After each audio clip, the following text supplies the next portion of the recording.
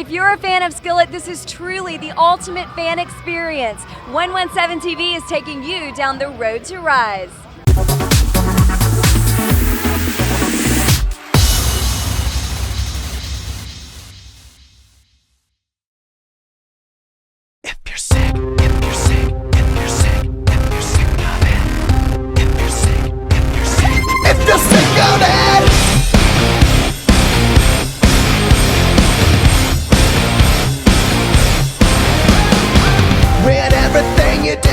Don't seem to matter.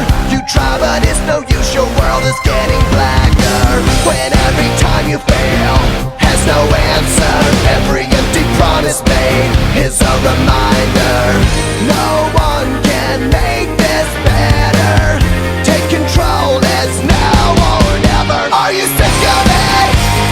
Raise your hands, get rid of it while there's a fighting chance. Are you over it? Bored to death? Have you had enough regret? Take a stand, raise your hand if you're sick of it. This is our very first time we've ever done anything like this, and it's very just, I mean, cool doesn't really say. It's very rewarding. Every single day, I chase my own tail. Yes! Do it! What it? That deserves a round of applause. Just right one. Yeah. Pat my back on that one. I've just left my whole family and now you're telling me I've got the wrong visa and you're gonna send me home. And he's like,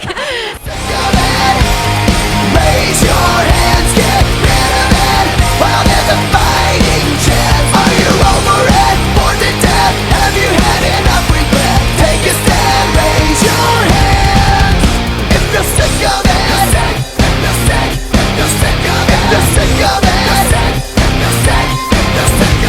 you don't have an option to disobey. You don't have an option to lose hope either, because you can't be hopeless or despairing.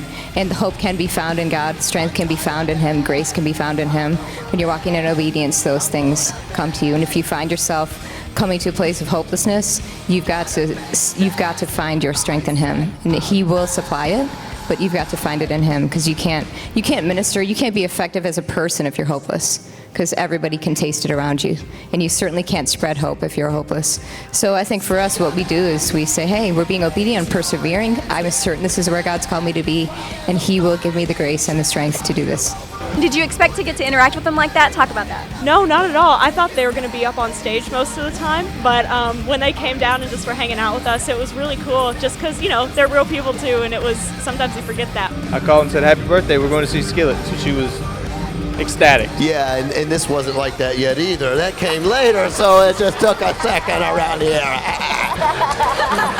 Okay, so when you got called up on stage by John Cooper, the man, Skillet, how was that? I was just like a deer in the headlights. I had no idea. It's a dream come true, honestly. I was like, are you serious? Seth, I'm John. Good to see you. You gonna sing a little bit? I thought we'd do a verse and a chorus. I will do the best I can. All right. Everybody, come on. This is on the spot here. Give it up for this joke right here. So it's definitely worth the money and the time and the 8-hour drive down here.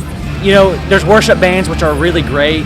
They're great to listen to, great when you're in that worship mood, but like when you're feeling down or when you're feeling something specific, Skillet kind of speaks to that. And he always, when he explains the song to you, you're always going, wow, that's me. And so it's well worth it.